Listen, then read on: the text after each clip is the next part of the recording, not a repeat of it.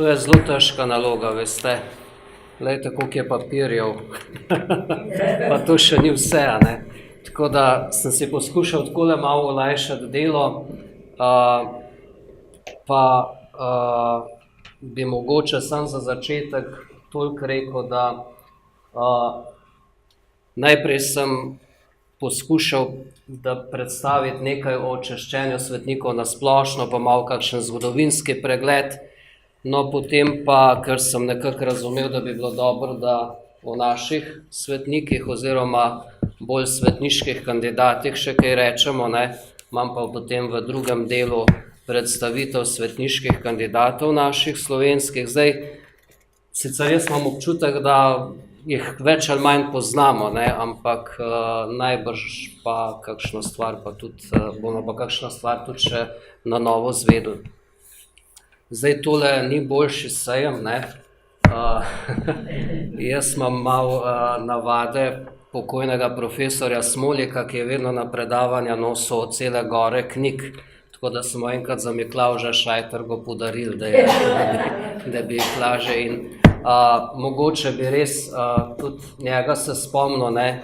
Žal zdaj nimamo več človeka, ki bi se tako ukvarjal s to tematiko, kot se je on, ne. On je tudi poskrbel za zadnjo izdajo Leta svetnikov, ki jo imate tam, pa tudi nekaj njegovih, z nekaterimi njegovimi zapiski sem si pomagal pri tem.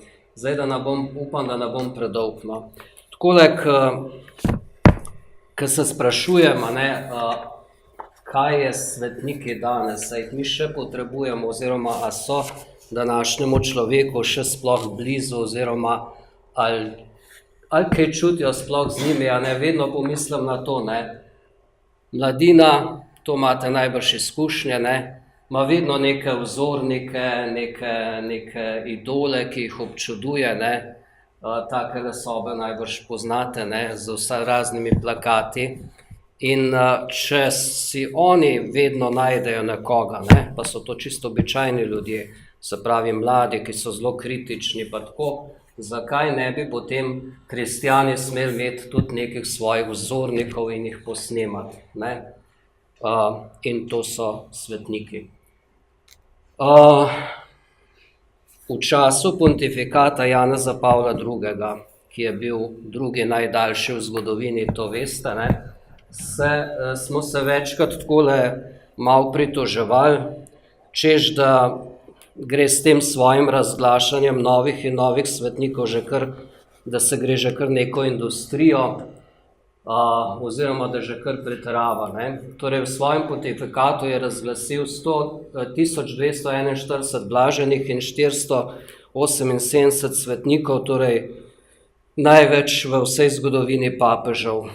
In zakaj taka potreba po tolikšni množici svetnikov, pa odgovarja on sam v apostolskem pismu v Zarji 3. tisočletja, ko pravi, da je naloga apostolskega sedeža z vidika 3. tisočletja, da bo posodobiti martirologije za vesoljno cerkev in posvetiti veliko pozornost svetosti tistih, ki so tudi v našem času živeli popolnoma v Kristusovi resnici. Torej, kljub temu pomisleku, ki bi ga kdo imel, ne, a gre res za kakšno industrijo ali pa devalvacijo svetosti, lahko rečemo, da svetosti ni nikoli preveč. No, zdaj, ta zgodovinski pregled je res čist kratek in se ne bi ustavljal ob njem. Se pravi,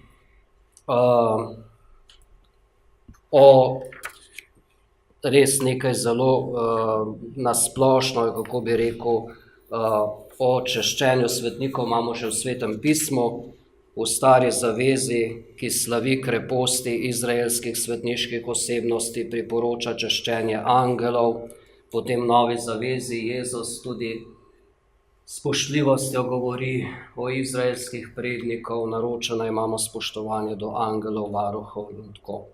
No, od sredine 2. stoletja pa najdemo v krščanskem izročilu bolj prve izrazite sledove češčenja. Veste, da so kristjani najprej častili mučence, potem kasneje apostole, preroke, in v mučencu so videli najvišji ideal svetosti in najbolj popolno združitev s Kristusom, ker je s prelitjem svoje krvi pričeval o svoji ljubezni do Kristusa. Zato so tudi kristjani z vso pozornostjo, ljubeznijo zbirali relikvije mučencev in potem nad njimi ali pa nad njihovimi grobovi postavljali oltarje, pozneje cerkve in začeli praznovati tudi obletnice njihove smrti. Škofje so začeli tudi že zelo zgodaj urejati sezname mučeniških praznikov, tako da je krščanski koledar že kar zgodaj začel nastajati. Torej, mučenci najprej, ne? To je sveti Boštjan, ne, Sebastijan. No, potem nekako od 4. stoletja dalje se pa tudi že lahko dokaže češčenje nemučencev, in sicer je bilo, tu so bile najprej pač neke, so jih častili bolj z neke osebne, v okviru zasebne pobožnosti, kasneje in so bili sicer še sprva malo skeptični, ne, kako je s tem češčenjem, kasneje je pa to vedno bolj preraščalo in se je kmalu potem uveljavilo splošno prepričanje, da imamo dve vrsti mučencev, torej tisti, ki pričujejo za ostalega Kristusa z mučeniško smrtjo, drugi pa z askezo, devištvom, z apostolsko ljubeznijo. No in začne se potem uveljavljati nov ideal svetništva, torej askeza, devištvo, karitativna ljubezen, in v ospredje začnejo stopati asketi, puščavniki, papeži, škofje in vse svetnike, ki jih poznamo. Svetnice pa menda malo kasneje, ne, v 6. in 7. stoletju. To je sveti Anton Puščavnik. No, zdaj začetkov češčenja posameznega svetnika iz prvih stoletij ne moramo ugotoviti, ker takrat še ni bilo postopkov, s katerimi bi to ugotavljali oziroma tudi priznavali, ne. Običajno je bila taka pot, da iz nekega zasebnega priporočanja je potem to prišlo do javnega, liturgičnega češčenja, to pomeni, da so imeli tudi mašo v čast temu svetniku, da so se opravljale skupne molitve, pa da se je bral življenjepis. Vzhodne cerkve so tak, to poznamo, ne, ljudski način porajanja svetniškega češčenja vox populi, vox dei, ohranile pravzaprav do danes, v zahodni cerkvi pa tam nekje do 11. stoletja, ko so se začeli uvajati uradni postopki in slovesne razglasitve. In prvi, ki je bil na tak način, torej da ga je papež razglasil oziroma da je odobril njegovo češčenje, je bil za svetnika razglašen sveti Urh leta 993.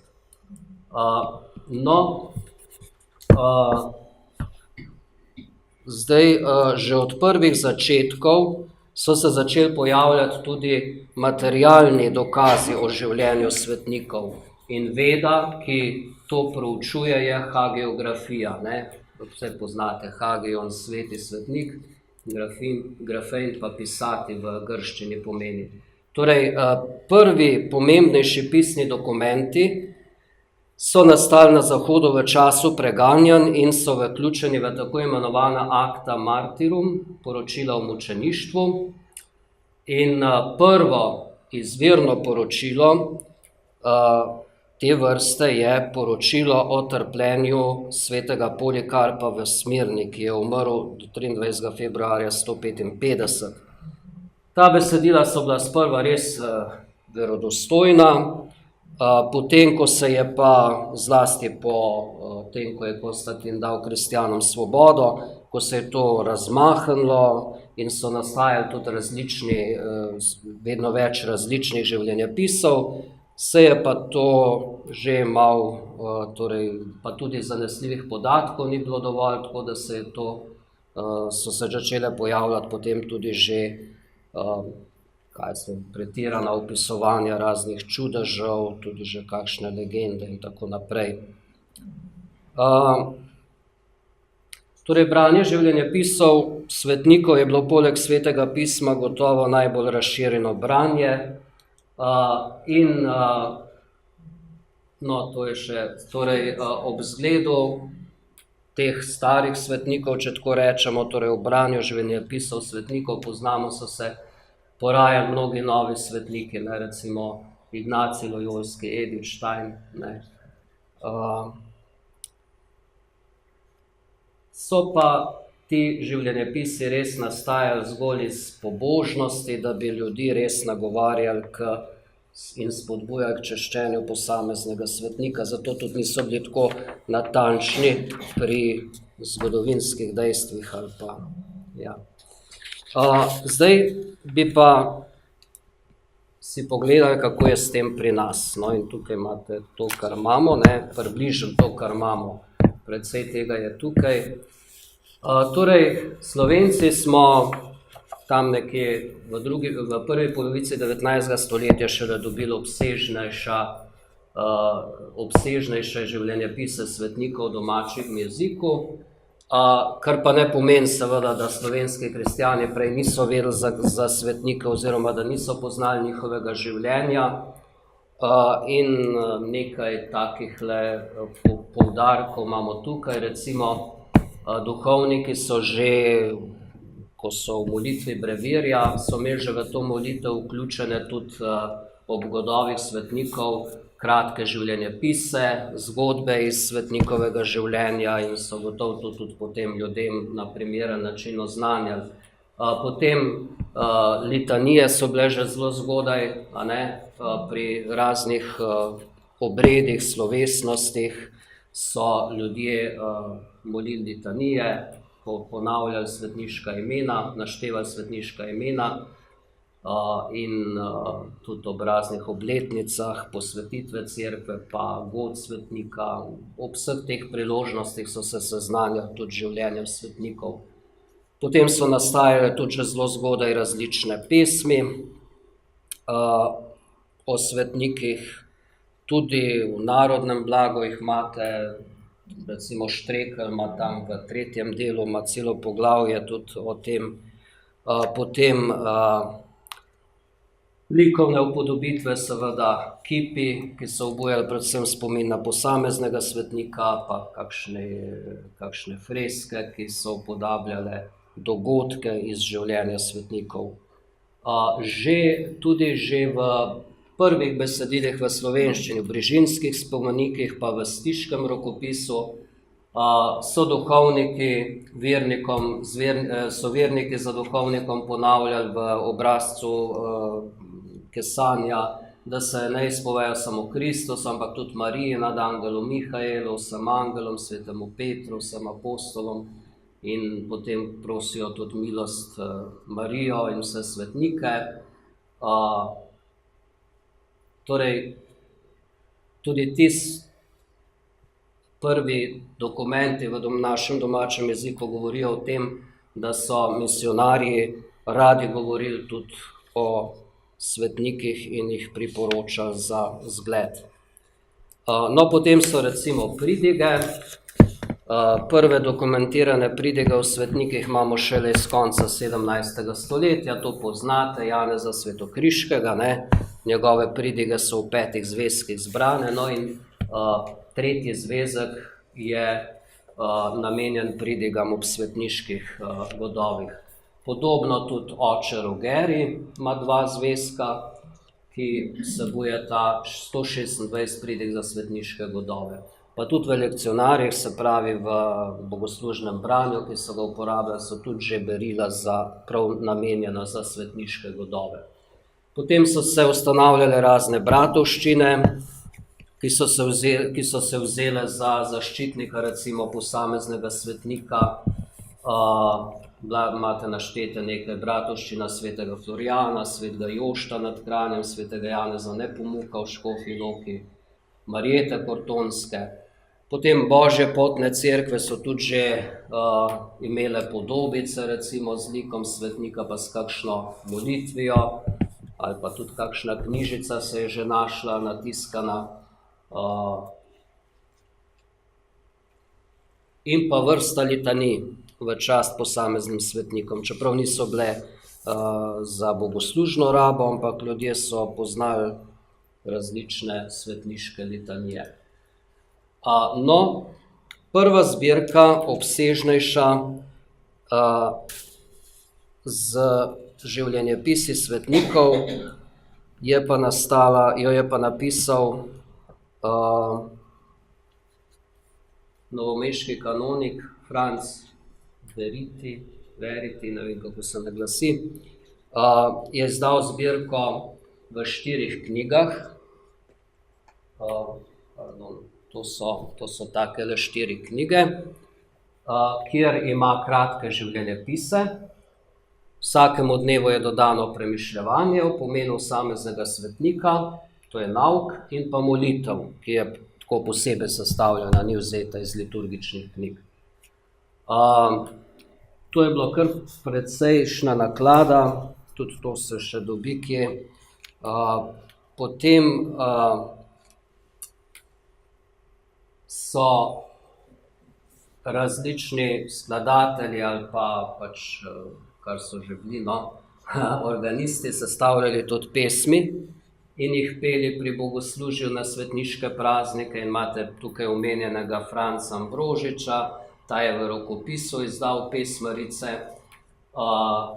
potem Luka Dolinar jih je pa že natisnil, in sicer imate tudi naslov Pesme od farnih pomočnikov in patronov v ljubljanski škofiji, 79, pa potem kasneje še enkrat dodatek s 35 pesmimi.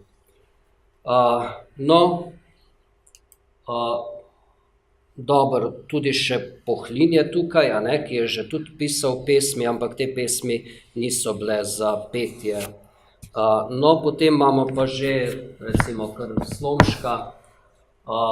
Slomšek je v knjižici za dekleta, krščansko devištvo, pa za fante, ta je za fante, Življenja srečen pot, tudi že objavil kratke življenjepise svetnikov, in sicer 52 vsaki, se pravi po ena za vsak teden, so razvrščene po abecednem redu imen, tako kot je bilo nekako v tistem času moderno. In jih pač izbral je pa pač tiste, ki ne bi bili res vzorniki mladini. Potem je poskrbel, vzgojil sodelavce in dal pobudo za obsežno hagiografsko zbirko Dejanja svetnikov božjih, tega nimam, ampak tole je iz te knjige. To sta 2 zvezka, 1750 stranmi, 1853 pa 1854 sta šla. Potem imamo pa še 2 zbirki, obe sta tam med tistimi knjigami, in sicer doktorja Jožeta Rogača, ki je napisal Življenje svetnikov in svetnic božjih. Prvi zvezek v 1866 izšel, potem je pa tega dela on ni dokončal sam, ampak je potem nadaljeval Matija Torkar. Tu so bile kar visoke naklade, od 5000, 15000 do 25 000. Sam pravi, da je to zbirko izdal po najboljših virih, in izgleda, da je bila res dobra, če jo celo Trdina pohvali, ker ima menda kar precej oster jezik drugače.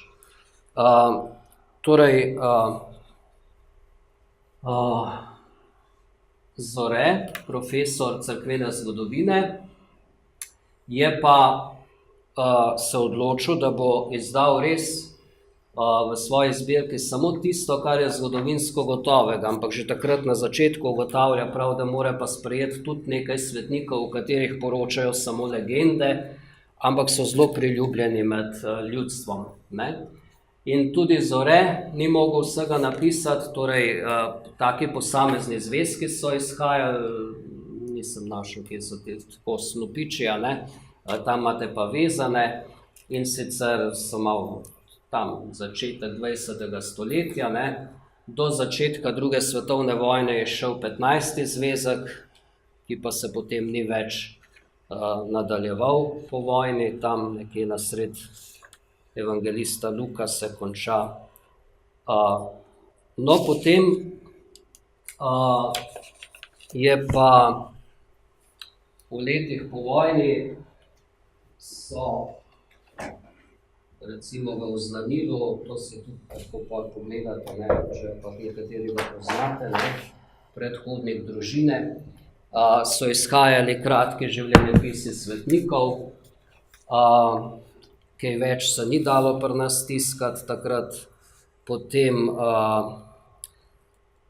v Celovcu je Mohorjeva izdala v 60.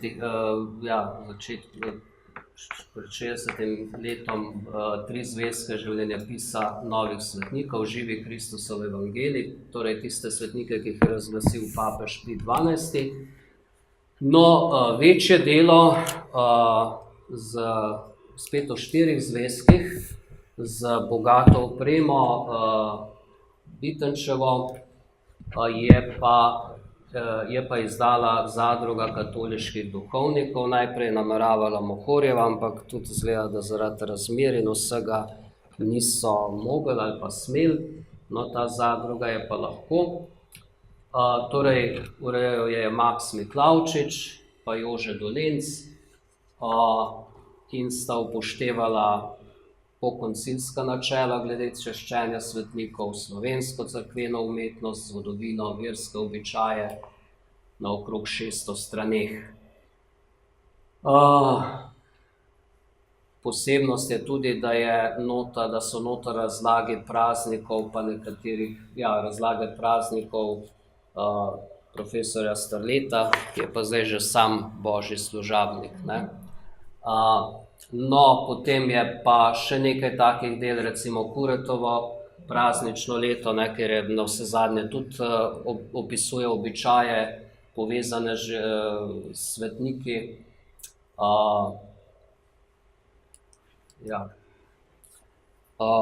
No, zdaj bi mogoče čisto na kratko nekaj tega nimam na slajdu, o postopku, da nekdo doseže čast oltarja, oziroma kako nekdo postane božji služabnik, častitljivi božji služabnik, blaženi pa svetnik, ne. Zdaj, mogoče, da ta vox populi še zmeraj v cerkvi deluje, ne, je najboljši ali pa najlepši dokaz smrt papeža Janeza Pavla II., ne, ko so se milijoni romarjev, ki so se zbirali tam ob truplu tega pokojnega papeža, vzklikali, da je svetnik, ne, in so čutili, da je svetnik, in tudi njegov naslednik Benedikt XVI je temu glasu cerkve prisluhnil, tako da je v najkrajšem možnem času začel postopek za njegovo beatifikacijo. In to je pravzaprav prvi korak, ne, torej ljudski glas, sluh svetosti. Postopek se začne vedno na škofijski ravni, tam, kjer je pač kandidat za svetništvo živel ali pa deloval, no in seveda za njega je bilo to v Rimu, in ko pristojni škof pošlje v Rim prošnjo in če verjame, da obstajajo trdni razlogi, da se je kandidat res prizadeval radikalno živeti evangelij, in kolikor se da to ugotoviti, potem Rim odobri začetek tega postopka in ta dobi naziv božji služabnik. Ko je poizvedovanje na škofijski ravni končano, se potem dokumenti predložijo kongregaciji za zadeve svetnikov, kjer pa je en relator, strokovnjak, ki vso to dokumentacijo še enkrat prouči in napiše dispozicijo, na podlagi katere potem vsaj 9 teologov, skozi 3 sita gre, ne, najprej so teologi, ki presodijo oziroma ocenijo, če je res ta predlagani božji služabnik živel evangelije na nek neobičajen način in če je to njihovo mnenje pozitivno, se potem pač pričakuje sodba druge komisije, ki jo sestavljajo škofje in kardinali, in če tudi ti dajo pozitivno sodbo, potem tega kandidata predstavijo papežu, ki poda svoje končno mnenje. In ko papež da svoje pozitivno mnenje, potem lahko za tega uporabljamo naziv, zdaj v latinščini je venerabilis, torej tisti, ki je vreden občudovanja, posnemanja, v slovenščini pa imamo pač izraz častitljivi, mogoče malo naroden ali pa vsej kar pove zadevo, častitljivi božji služabnik. No, potem se pa čaka še čudež, in sicer na prvi stopni, da postane blaženi en čudež, da pa ga potem razglasijo za svetnika, je pa potreben še en čudež na njegovo priprošnjo. To je na kratko postopek. Zdaj, koliko je svetnikov, to je eno zanimivo vprašanje. Pa če bi heretično odgovorili, Bog ve, če ve. Torej, tako je. V litanijah vseh svetnikov imamo naštetih samo nekaj 10. Potem v koledarju pokrajinskem ali pa v rimskem koledarju jih imamo tako nekaj 100. Najbolj obsežno delo, kjer imamo naštetih največ svetnikov, jaz nekaj prinesel samo en del, je 15 zvezkov biblioteke Sanctorum. Tukaj jih je več kot 20 000. Tu je največ, no potem uradni martirologi se imenuje, rimski, uraden seznam pa jih ima skoraj 10 000 svetnikov in blaženih. Sicer pa sveti Janez v razodetju pravi, da se mu je prikazala velika množica, ki je nihče ni mogel prešteti iz vseh narodov, rodov, ljudstev in jezikov. Zato lahko rečemo, da je svetnikov res brez števila. Zdaj mečkam še tukaj zgodovino razglasitve, ampak to bi spustil, ker bom predolg. Še morda tole vprašanje, zakaj cerkve posvečamo posameznim svetnikom, saj je cerkev vendar božja hiša in češčenje gre Bogu. In zanimiv je tale napis, ki ga najdete na marsikateri cerkvi, ampak pri nas ne toliko. Tale kratica DOM, pa potem še ime kakšnega svetnika. To pomeni, imate napisano Deo Optimo Maximo, torej Bogu vsemogočnemu, najvišjemu, je vsaka cerkev najprej posvečena, z njim pa je lahko povezan nek svetnik.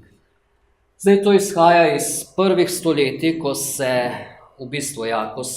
so se kristjani, veste, zbirali po domovih, po hišah in pač tam, kjer so imeli dovolj prostora. In vsaka antična hiša je imela nek naslov, ki je označeval lastnika, tako kot še pri nas recimo hišno ime, bi lahko rekli, ali pa kot imamo zdaj ulice pa hišne številke. No in potem so te hiše nekatere počasi postale res posebej samo za Evharistijo, za skupno življenje, molitev. Ta navada, da so pa ohranile nek poseben naslov, je pa ostala. No in zato so jim potem spontano začeli dodajati imena svetnikov. Veste pa, da tistih, ki so tam nekje blizu živeli ali pa ki so bili morda celo pokopani blizu te hiše ali pa v hiši, in tako so potem tudi nastale bazilike nad grobovi mučencev. Tako. Zdaj bi pa šli na naše svetniške kandidate. Tukaj imate zdaj napisane vse postopke, ki se trenutno vodijo. mi jih pač imamo za svoje, čeprav, kot sem rekel, ne, postopek se vodi v tisti škofiji, kjer je nekdo deloval. Zato imamo recimo za Daniela Halasa, pa za Alojzija Kozarja vodi postopek Murskosoboška škofija. Pri nas imamo trenutno 2 postopka, za Antona Strleta pa Antona Vovka. Sprožen je predlog oziroma gotovo se bo začel tudi škofijski postopek za Magdaleno Bornik. No, potem v Mariboru imajo Cvetano Priol, pa seveda blaženega Antona Martina Slomška, v Novem mestu Grozdeta. Ostali so pa pač, se pravi, drinske mučenke so bile v sarajevski škofiji, Jakob Ukmar je tržaška škofija, vodi postopek, za Antona Mahniča krška škofija, Krk, ne, za Barago škofija Market, za redovnike pa pač tisti redovi, kjer so delovali. No, za Vendelin Vošnjak je bil frančiškan, Gnidovec lazarist, Majcen pa salezijanc. Zdaj pa, ne vem, pač podatkov je veliko, ampak jaz sem jih poskušal malo skrčiti. Torej, najprej, če se dotaknemo mučencev 20. stoletja, to je tudi zadeva, ki se že kar vleče, ampak se pravi 2002. Leta se je začel postopek. Torej, večina teh kandidatov je naštetih v palmah mučeništva. Seznam se je tudi zelo spreminjal, zdaj je zelo nekam okrnjen, kar meni ni preveč všeč, ampak ne vem, ne, pač tako so se nekje odločili. Torej, prvi postulator je bil gospod Kvaternik, ki potem ni mogel več, pa so torej tudi z menjavo postulatorjev se zadeva včasih zavleče, ne. Trenutno ima to pater Metod Benedik, ga poznate, ne, kapucin. Torej, na seznamu je zdaj, gre pa za 3 postopke. Najprej so to žrtve komunističnega nasilja, zanje torej 26 žrtev je, 13 duhovnikov, 3 bogoslovci, 1 redovnica pa 9 laikov je sprejetih, po škofijah imate napisano. Prvi na seznamu je pa dr. Lambert Ehrlich. Saj to poznate, ne, ko naštevamo svetnike, recimo imajo narodi, ne vem, Andrej in vietnamski mučenci in tako, ne, in tako bo tudi tukaj. No, odobritev za postopek je prišla šele letos, ne. No, drugi postopek bo za žrtve nacizma. Najbrž ste tudi slišali, zdaj v celjski škofiji precej govorijo o Izidorju Završniku, ne, ki je slovenski Kolbe mu pravijo, ne. Tretji postopek bo pa žrtve ustaškega režima.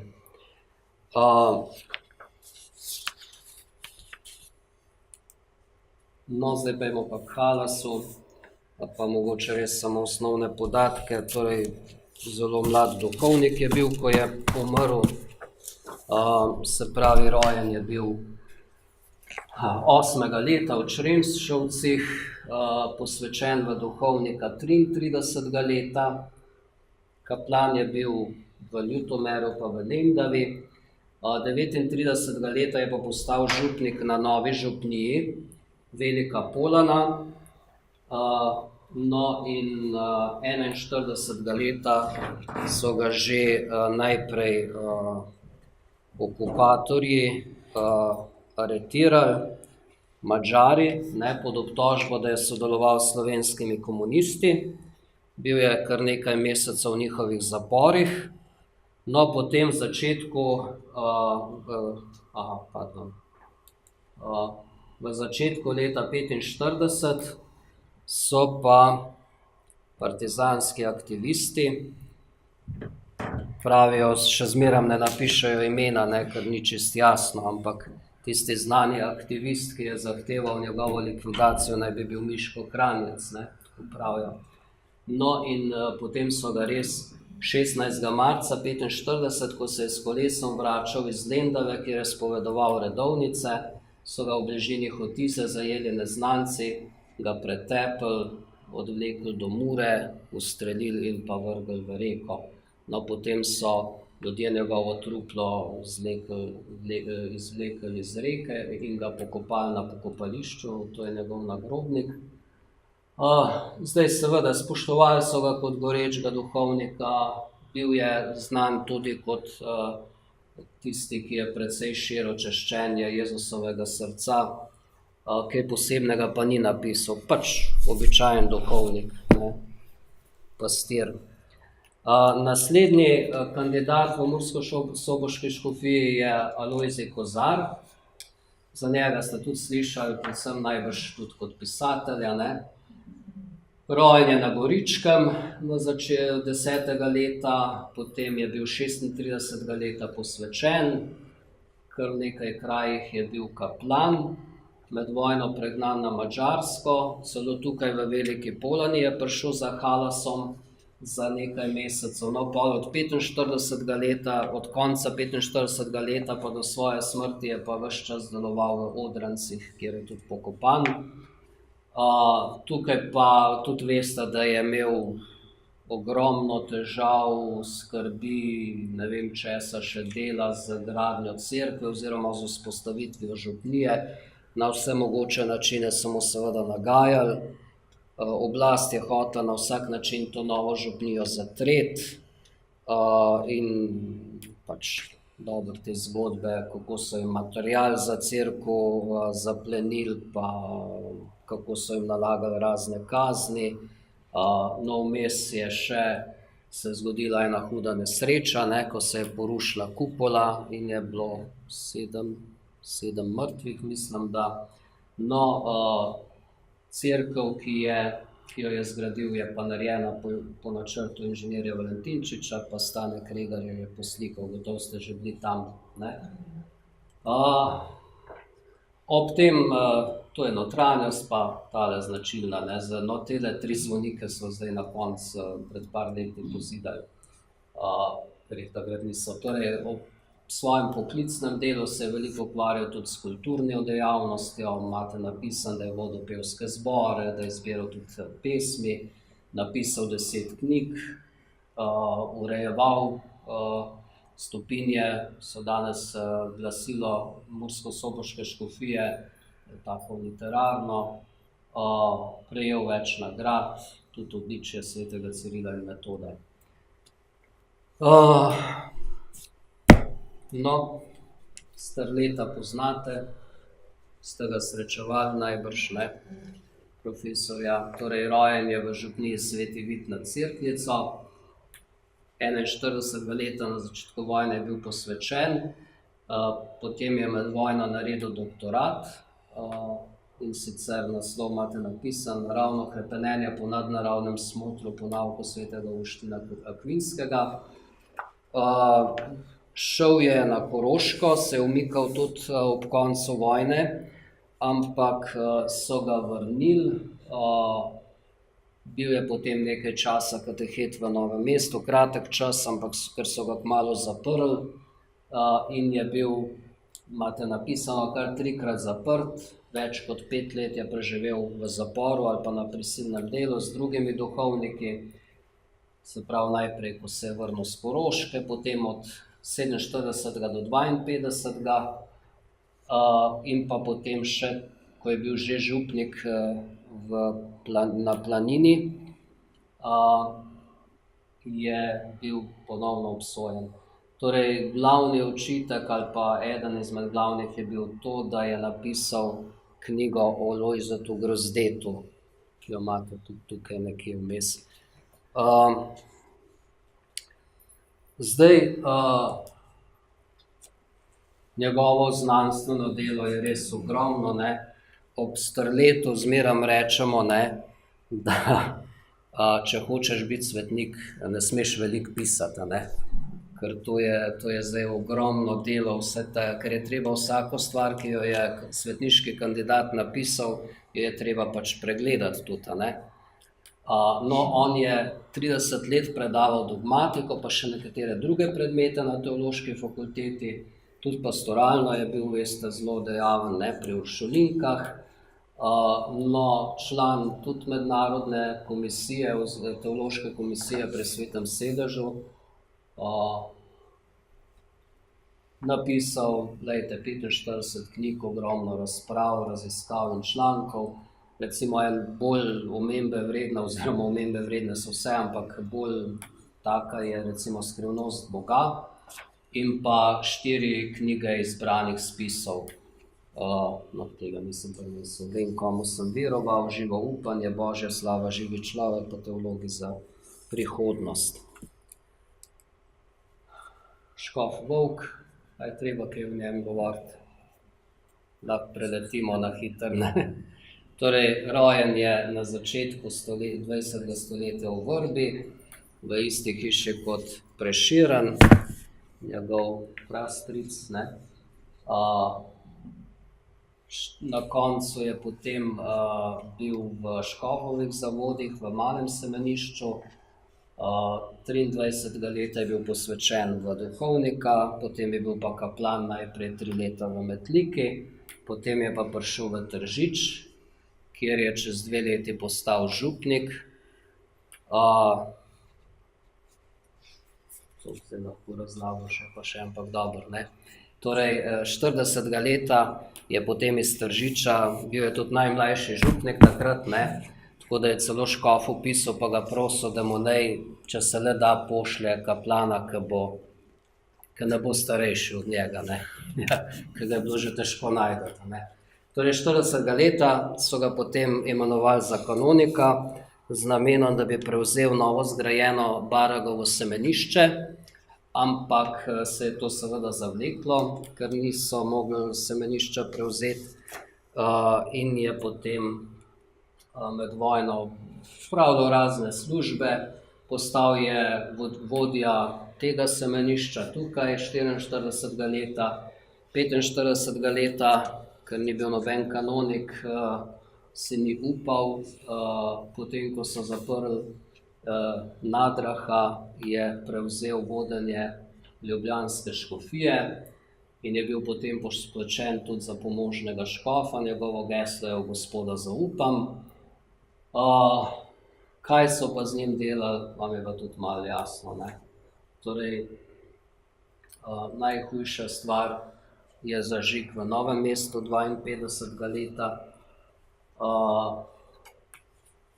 Žal, ne, je, mislim, se ga kdo sliši, ne, žal je predolg časa še živel, da bi bil lahko razglašen zaradi tega za mučenca. Čeprav smo dali pobudo, da bi se njegov postopek vodil kot za mučenca, ker je precej krajši pa hitrejši, ampak kongregacija tega ni sprejela, ne. Torej, veste, ko je šel v Stopiče, so ga na vlaku napadli, polivali in potem zažgali in sramotili. No, ko je umrl škof Gregorij Rožman, ki je ves čas ostal ljubljanski škof, ga je potem papež 59. leta imenoval za ljubljanskega škofa, in takrat je potem tudi končno dobil dovoljenje, ker mu prej pač niso dali, da se je lahko v Rimu, da je šel lahko v Rim k papežu in se srečal tudi z Janezom 23. In tukaj poznate tisti dogodek, ki je zame tudi zelo zgovoren, kar se tiče njegovega svetništva, ne, ko se mu upraviči, da papežu, da ne more poklekniti pred njim, pa mu papež pravi, jaz bi moral poklekniti pred vami, ne. In tudi na koncilu, ko je bil na zasedanju, na prvih zasedanjih koncila, so ga res vsi občudovali kot mučenca iz Jugoslavije, ne. No, postal je tudi nadškof, ko je papež povzdignil škofijo v nadškofijo, umrl je pa 63. leta. Zdaj pač malo krajšam, njegov postopek je trenutno v fazi pisanja te relacije, ki sem jo omenil, ne, v Rimu, da se potem to predloži komisiji teologov. To dela ena gospa, ampak vse skupaj se malo vleče, na žalost. No. Potem imamo pa Cvetano Priol, tudi zanimiva kandidatinja, ne, torej Mariborčanka, bila je glasbenica po vojni, oziroma po vojni po študiju je poučevala glasbo v srednji šoli, glasbeni šoli v Mariboru, bila pa je ves čas preizkušena z boleznijo, tudi že, ko je bila med vojno v Gradcu, ne, je tam zbolela v tovarni tankov, no in njen tak zelo mističen tudi, ne, je dnevnik Darovana, kjer tudi pove, da se je že spomladi leta 1937 pri 17 letih v Križevi kapeli Mariborske stolnice darovala Bogu kot žrtev ljubezni in je potem to daritev tudi večkrat obnovila. Živela je res tako skrito, mistično življenje, trpela veliko in to trpljenje darovala res kot božji dar. Mislim, da je nekaj na njej, ne. Tudi postopek vodi pater dr. Vinko Škafer, začel se je pa leta 2003. No, Baraga, tudi to zgodbo z njegovim postopkom malo poznate, ne. Žal se dovleče, to je prvi, ki bi moral biti slovenski svetnik, ne, pred Slomškom, ampak zaradi razmer tam v škofiji Market, oziroma je pač je tako, kot je, ne. Torej, rojen v mali vasi pri Dobrniču, šolal se je tukaj v Ljubljani, stanoval je pri Dolinarjevih, to bolj veste, kot jaz, ki je Dolinarjeva hiša, ne. Bil je tudi že zaročen, ne. No, ampak na Dunaju, ko je študiral, se je pa seznanil z Klemenom Dvoržakom in potem pod njegovim duhovnim vodstvom se odločil, da postane duhovnik. Prišel sem v semenišče in v stolnici tudi veste, da je daroval novo mašo pri oltarju svetega rešnega telesa, zato imamo tam en kos njegove popotne palice lesene. Bil je kaplan Šmartinov pri Kranju, pa v Metliki.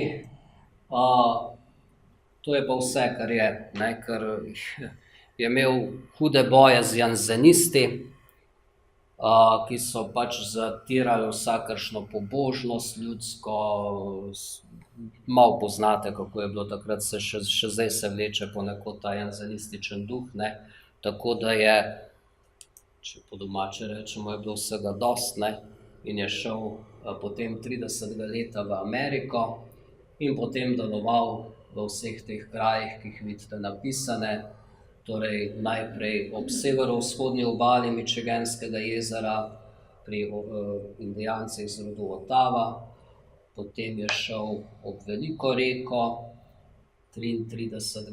pol med Očepvejce, dvakrat je prišel potem vmes tudi v Evropo, najprej 36. leta, da je pač nabral sredstva za tiskanje knjig, ker je ogromno knjig tudi izdal, vsej nekaj naslovov mogoče, torej že v Šmartinu je izdal Dušno pašo, ki je najbolj znana in ki ima ne vem koliko je zdaj.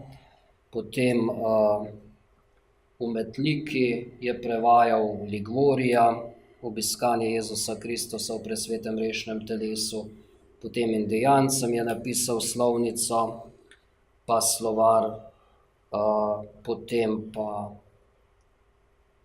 Življenje Gospoda Jezusa Kristusa, Zlata jabolka so recimo znana, Nebeške rože, torej ogromno je tudi pisal. No, potem je pa bil imenovan za generalnega vikarja za Indijance, in potem tudi posvečen 1853 leta za škofa v Cincinnatiju in potem prišel spet v Evropo, da dobi nove misionarje. Pol je pa že začel pešati, 56 leta ga zadene rahla kap, ampak še prestavi škofovski sedež v Market, to je stolnica v Marketu. No, potem pa 1866 leta po kapi se več ne pobere in na začetku leta 68, 19. januarja umre. Torej, 2012. leta je papež Benedikt XVI. Odobril, da ga lahko kličemo za častitljivega božjega služabnika, torej čakamo na čudež. Tudi neki čudeži naj bi se že pojavljali, ampak mislim, da ni šlo nekaj skozi. Ne? Grozdeta tudi poznate. Kaj že? Dobro. Torej, rojen 23. leta v Gorenjih Vodalah, bil je nezakonski otrok, prišel je v Marijanišče v Ljubljano, bil zelo priden dijak, odličnjak, veliko je pisal tudi, bil je član dijaške katoliške akcije, Marijine kongregacije. No, zanimivo, da ga skozi to poznajo tudi Italijani. Tudi zdaj, ko je bila sinoda v Rimu za mlade, je bil on tudi tam med tistimi člani katoliške akcije kot vzornik. Torej, močno evharistično življenje, pobožnost do Marije, veliko se je posvečal laiškemu apostolatu, torej tudi svoje sošolce, vse navduševal močno. No, njegova mučeniška pot se je pa začela za novo leto 43. leta, ko se je le odločil, da bo šel z Ljubljane na dom obiskati mamo in sorodnike in je 1. januarja iz Stične, kjer je bil še pri maši, odšel z vlakom do Trebnjega, tam pa potem se je moral pa tam peljati z nekom na vozu do Mirne, no in pri Mirni so ga pa potem že partizani začeli zasliševati. Našli so pri njem mašno knjižico, hojo za Kristusom, pa še nek letak o Fatimski Materi Božji in so ga seveda odvlekli v pustilno, tam zasliševali, mučili in ob potoku Veješca so ga potem tam zagrebali, ne? In otroci so potem našli njegovo truplo, potem so ga pa pokopali na pokopališču v Šentrupertu.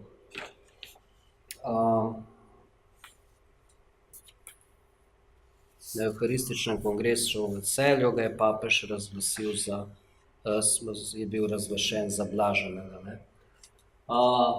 Gnidovec je bil rojen v župniji Ajdovec.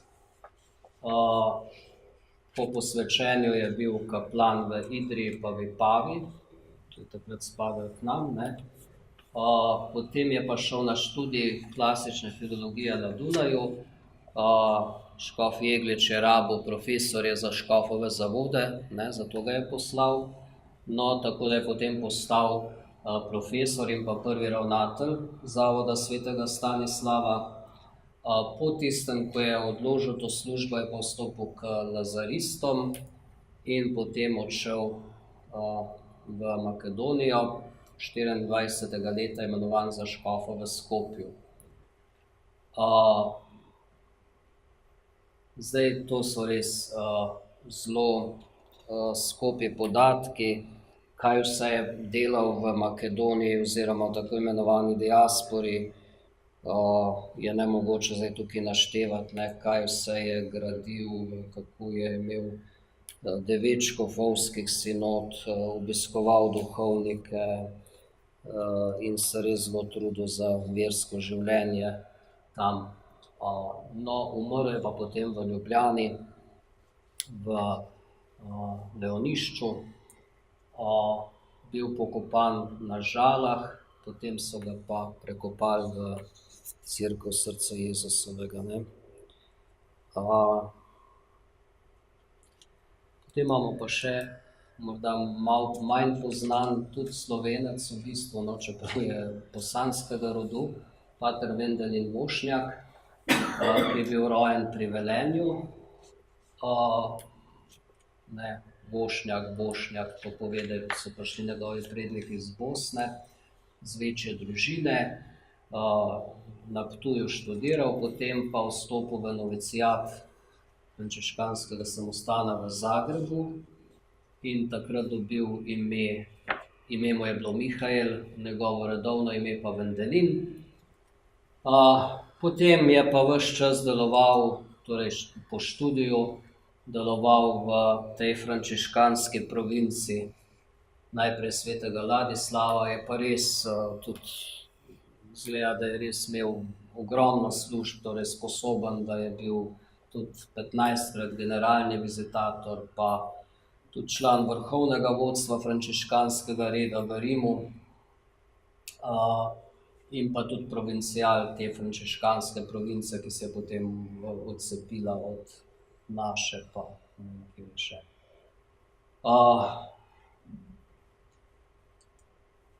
Andrej Majcen, salezijanc, misijonar, rojen 4. leta v Mariboru, ampak potem, ko je bil 3 leta star, so se starši preselili v Krško, tako da je v Krškem hodil v šolo, imel tam tudi novo mašo. No, potem je diplomiral na učiteljišču in je bil učitelj. No, ampak potem je pa že kmalu se odločil, da postane salezijanc, opravil novicijat in v bistvu malo po posvečenju odšel v misijone na Daljni vzhod. In je misijonaral na Kitajskem, pa v Vietnamu, v obeh deželah po 22 let. Torej, res zgled enega predanega misijonarja, ne, v deželah, kjer ni bilo lahko misijonariti, ne. No, še zadnjih 20 let je pa preživel potem tukaj na Rakovniku in je 99. leta umrl. Drinske mučenke, tudi poznate njihovo zgodbo, torej 5 jih je bilo in med njimi 24. septembra 2011 je bil v Sarajevu razglašene za blažene, med njimi sta 2 Slovenki, in sicer Krizina Bojanc, ki je bila iz Šmarjeta na Dolenjskem in je s 36 leti vstopila v to skupnost v Sarajevu. Pravi, da se je odlikovala po molitvi, žrtvi, s pokornem življenju, zato so imenovali tudi sestra molitve. No, Antonija Fabijan je bila pa iz Žužemberka, je pa mlajša vstopila v to skupnost. No, in njihova zgodba, veste, kako se je odvijala. Četniki so pred Božičem 41. napadli njihov samostan, ga požgali, oropali in vseh teh 5 sester so potem gnali v Goražde, 65 kilometrov stran, peš, in potem tam so jih tudi zaprli, ne. In seveda jih nameravali posiliti. Ko ni šlo več drugače, ne, so potem skočile skozi okno, ki je ob bregu Drine. Pa so jih četniki še pokončali z meči in z noži in potem so jih, njihova trupla je potem odnesla reka Drina. Jakob Ukmar je pa deloval na Tržaškem, tudi prosvetni in kulturni delavec, poleg duhovništva zelo, ne. že med Prvo svetovno vojno je bil zaprt, potem ravnatelj semenišča. Zelo veliko se je zavzemal za pravice Slovencev pa Hrvatov, ne, v času fašizma v Italiji, zato pa tudi pomagal internirancem, zato so ga najprej preganjali jugoslovanski oblastniki, mislim najprej fašisti, potem pa jugoslovanski oblastniki. No in v bistvu eno tako, ja, težko, nesrečno življenje, ne. Še v času priprav na drugi vatikanski koncil je tudi se zelo zavzemal za to, ne, pošiljal svoje predloge. Umrl je pa 71 leta. Mahnič iz Štanjela je bil najprej prefekt, pa potem ravnatelj v malem semenišču v Gorici. Potem postal profesor svetega pisma, Nove zaveze. 1896 ga je bil pa imenovan za škofa na Krku. Pravi, da je bil odličen branilec hrvaškega naroda na Otoku proti jugoslovanski okupaciji, zato preganjan, tudi konfiniran v Italiji. Umrl je pa v Zagrebu zdaj. O kulturnem boju in o tem pa ne bi, ne, kako je pač vse to potekalo v njegovem življenju. Zdaj pa samo, če zaključim z Magdaleno Gornik. Kot sem rekel, ni še odobritve iz Rima, ampak ni razloga, da ne bi prišla. Torej, duhovniški svet naše škofije je dal predlog, da se tudi za njo začne škofijski postopek, pa mislim, da tudi njeno življenje malo poznate, ne. Torej, rodila se je na gori pri Sodražci, imela že pri 12 letih prikazanje Matere Božje in tam prejela posebno poslanstvo, da kliče ljudi k spreobrnenju in da preko darovanja svojega lastnega trpljenja zadoščuje Bogu za žalitve in grehe drugih. Potem zamaknjenja, ki so se začela 48. leta, pa potem skoraj vsak dan do smrti jih je imela. koliko časa ni uživala tudi zemeljske hrane, samo od svetega obhajila je preživela. Potem je prejela tudi Kristusove rane, stigme, tudi ohromela za nekaj časa. Živela je pa v času ene druge mistike, lažne, ne, Vodiške Johance, ne, ki je veliko škode naredila v tistem času, še škofa je pretentala. In zato so tudi potem Magdaleno Gornik tako sumničavo kontrolirali, ne, in nadzorovali. Škof Wolf, ne, je naročil župniku iz Sodražce, da jo mora spremljati, da mora redno pošiljati poročila. In tudi on je bil sprva zelo skeptičen, ne, ampak je potem zelo tako dobro poročilo napisal, ne. Potem jo je vzel s sabo v sodraško župnišče, kjer so jo tudi 40 dni imeli pod nadzorom. Videli so njene stigme, trpljenje, mistična obhajila.